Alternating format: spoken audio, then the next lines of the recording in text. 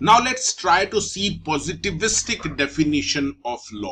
ये जो school of thought है पॉजिटिविस्टिक, इसमें ये कहते हैं कि लॉ इज फुल्ली डिफाइंड, यानी किसी तरह का कोई शक शुबा नहीं है। Law is fully defined and it is man made, यानी ये कोई ऐसा नहीं है कि पहले से अस्तित्व में था, ये इंसानों ने बनाया है। तो पॉजिटिविस्टिक डेफिनेशन का पूरा फोकस है कि जो लॉ है वो इंसानों ने बनाया है और इसे पूरी तरह से एक्सप्लेन किया गया है, किसी तरह का कोई डाउट नहीं है।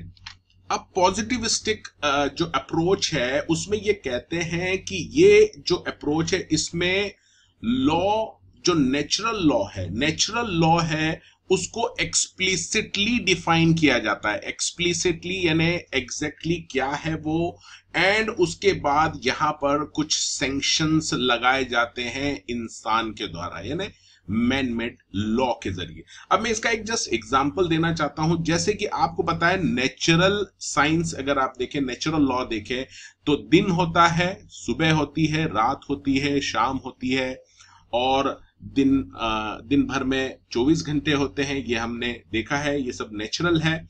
इसी तरह से एक हफ्ते में 7 दिन होते हैं। तो यहां पर ये जो नेचुरल लॉ है इसको एक्सप्लिसिटली डिफाइन किया जाता है पॉजिटिविस्टिक अप्रोच में, जिसके जरिए आप बताते हैं कि भाई 24 घंटे का एक दिन होगा, 7 दिनों का एक हफ्ता होगा, और इस तरह से इसके बाद कुछ सैंक्शंस लगाए जाते हैं। जैसे कि संडे को आप काम नहीं करेंगे, या फिर सुबह 8 बजे से आपका जो टाइम होगा काम करने का 8 से 5 होगा।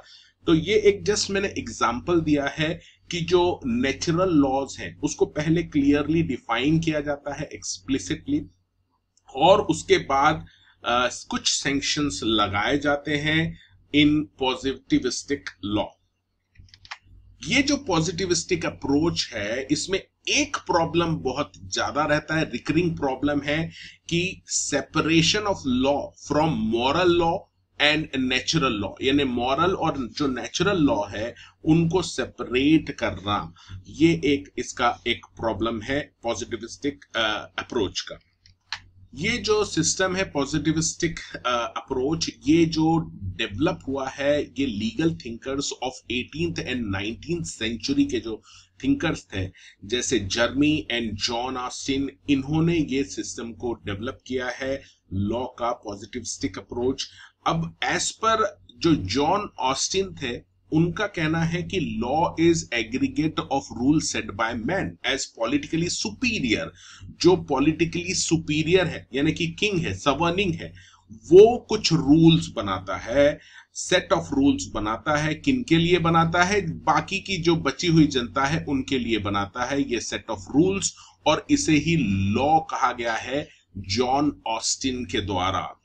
अब यहां पर ये कहते हैं कि in other word law is a command of sovereign, जो सुप्रीम पर्सन है, जो किंग है, उसकी वो कमांड है, उसका वो आदेश है, और इस आदेश का पालन सभी को करना होगा। It is duty to observe this conduct, जो भी उसने बताया उस तरह से आचरण करना पड़ेगा। अगर नहीं करते तो ड्यूटी भी लगाई जा सकती है, पेमेंट करना पड़ सकता है उनको, या फिर उनके ऊपर कुछ प्रतिबंध लगाए जा सकते हैं, सैंक्शंस लगाए जा सकते हैं जो पॉलिटिकली सुपीरियर पर्सन है यानी किंग है उसके द्वारा। अब यहां पर ये जो ऑस्टिन ने बताया है ये कंसेप्ट लॉ का, इसमें कमांड है, इसमें ड्यूटी है, इसमें सैंक्शन है, ये 3 मेन एलिमेंट्स हैं लॉ के एज पर जॉन ऑस्टिन। अब इसके बाद एक और थिंकर थे कैल्सन, ये बहुत ही बड़े थिंकर थे लॉ के, और इनकी एक बहुत ही मशहूर थ्योरी हुई है प्योर थ्योरी ऑफ लॉ। इसे भी ध्यान में रखना है, प्योर थ्योरी ऑफ लॉ। और प्योर थ्योरी ऑफ लॉ के हिसाब से law is a normative science. Normative science का मतलब है कि क्या करना होगा। तो legal norms are ought norm. जब भी हम लॉ की बात करें तो हम बात कर रहे हैं कि क्या होना चाहिए, आउट नॉर्म की बात कर रहे हैं, डिस्टिंक्ट फ्रॉम इस norms of physical and natural science, जो अभी मौजूद है फिजिकल या नेचुरल लॉ की बात नहीं कर रहे हैं, यहाँ पे क्या करना होगा ऐसी परिस्थिति में उसकी बात की जाती है अंडर द नॉर्मेटिव साइंस.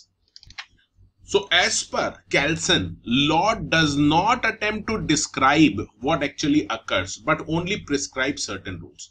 तो ऑस्टिन के हिसाब से जो रूल्स प्रिस्क्राइब किए जाते हैं किसी कंडीशन में, किसी परिस्थितियों में आपको क्या करना है, ये जो आउट नॉर्म्स हैं, ये जो रूल्स हैं, इसी को इसने लॉ कहा है.